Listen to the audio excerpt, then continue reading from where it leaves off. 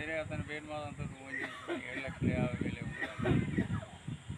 అంటే ఏది క్లారిటీ లేదు, ఎంత అమౌంట్ ఉన్నది అనేది మనకు బ్యాలెన్స్ తెలుస్తలేదు. కాబట్టి దాని గురించి మనం మళ్ళీ ఒకసారి కొత్తగూడెం పోయి అయినా కానీ లేకపోతే ఒక లెటర్ పెట్టడం అంటూ కానీ జరగాలి. ఎందుకంటే మనకున్న ఆధారం అదొకటే.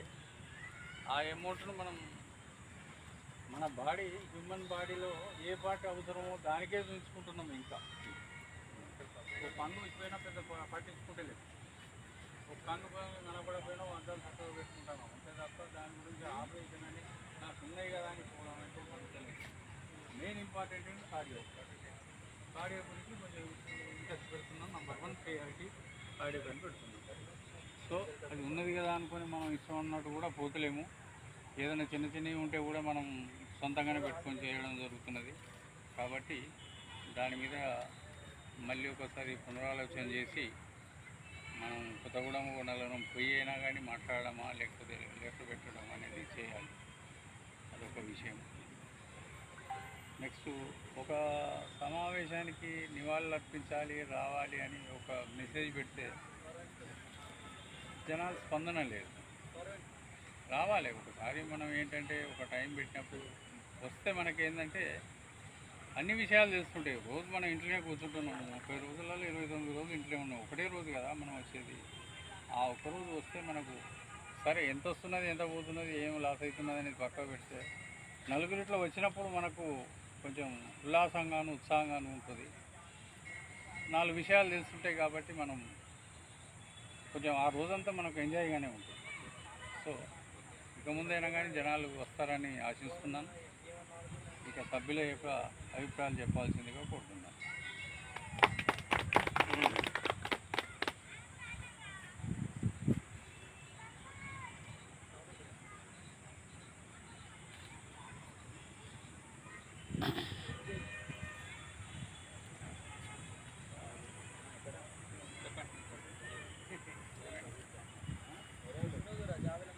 అందరికీ నమస్కారం. ఈరోజు మీటింగ్కు అటెండ్ అయిన వాళ్ళందరికీ పేరు పేరున మరోసారి శుభోదయం. చిన్న నాకు తెలిసిన విషయం ఏంటంటే మన గవర్నమెంట్ హాస్పిటల్లో ప్రైమరీ హెల్త్ సెంటర్ అక్కడికి పోతే వీక్లీ వన్స్ మనకు చెకప్ చేస్తారు. మన లేడీస్కి కానీ మనకు కానీ వీక్లీ వన్స్ చెకప్ చేస్తారు. నేను అదే పద్ధతిలో మా ఆవిడకి చేయించాను. కాదు ప్రైమరీ హెల్త్ సెంటర్ చిన్న చిన్న హాస్పిటల్స్ ఉంటాయి చూడండి, గవర్నమెంట్ హాస్పిటల్స్. వాళ్ళ దగ్గరికి పోతే ఇన్ని టెస్టులు చేశారు. దాదాపు ఏంటంటే ఒక 12 టెస్టులు చేశారు. వీటన్నిటికీ కాస్ట్ ఎంత అవుతుందంటే దాదాపు ఒక 7,000 రూపాయలు బయట చేయించుకుంటారు. దాంట్లో కొంచెం యాక్యురసీ ఉండకపోవచ్చు, కానీ అందరూ అక్కడికి పోయి చేయించుకుంటే కొంతైనా బెనిఫిట్ ఎవరైనా ఉంటే కావాలంటే చూడండి. ఇంకోటి ఏంటంటే మనం ఉన్నాయి దాదాపు మన దగ్గర హనంకొండ 4-5 ఉన్నాయి. ఇక్కడ సమ్మనగర్లో రేషన్ కార్డు గురించి ఒక లెటర్ పెడదామని అనుకున్నాం. దాన్ని కూడా మనం పెద్దలు మరి రేషన్ కార్డు గురించి కూడా మన మినిస్టర్స్కి ఒక లెటర్ ఇస్తే బాగుంటుందని నా అభిప్రాయం. సిపిఆర్ఎంఎస్ మీద అన్లిమిటెడ్ ట్రీట్మెంట్ జరగాలని మన హైదరాబాద్ వాళ్ళు కూడా రిప్రజెంటేషన్ చేస్తుండ్రు. దాన్ని కూడా మన తరఫున కూడా మన పెద్దవాళ్ళకు తెలియపరిస్తే బాగుంటుందని నా అభిప్రాయం. ఎవ్రీ మంత్ మెడిసిన్స్ హైదరాబాద్లో కూడా ఇస్తుండ్రు. ఆ ప్రాసెస్ స్టార్ట్ అయింది. అలాంటిదే ఇక్కడ కూడా చాలామంది ఉన్నారు. మన వరంగల్ జిల్లాలో కూడా దాదాపు 1000 సంఖ్యలోనే ఉన్నారు. వాళ్ళకు కూడా ఇస్తే బాగుంటుందని నా అభిప్రాయం. రివైజ్డ్ పీపీ ఆర్డర్స్ అందరికీ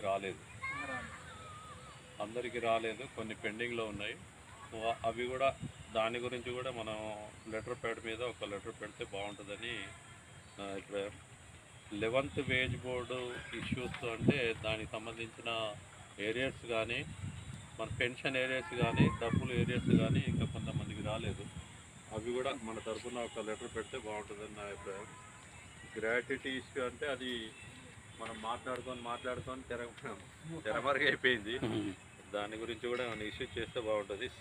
ఇంకోటి ఏంటంటే సిపిఆర్ఎంఎస్ సంబంధించిన 10 lakhs అమౌంట్ మన ఫైనాన్స్ మినిస్టర్ గారు బట్టి విక్రమార్క గారు 10 లక్షలు చేస్తున్నారు. మరి దాని 10 లక్షల గురించి కూడా మనం గవర్నమెంట్ వారికి కానీ ప్లస్ మన మేనేజ్మెంట్ వారికి కానీ ఒక లెటర్ పెడితే బాగుంటుందని నా అభిప్రాయం.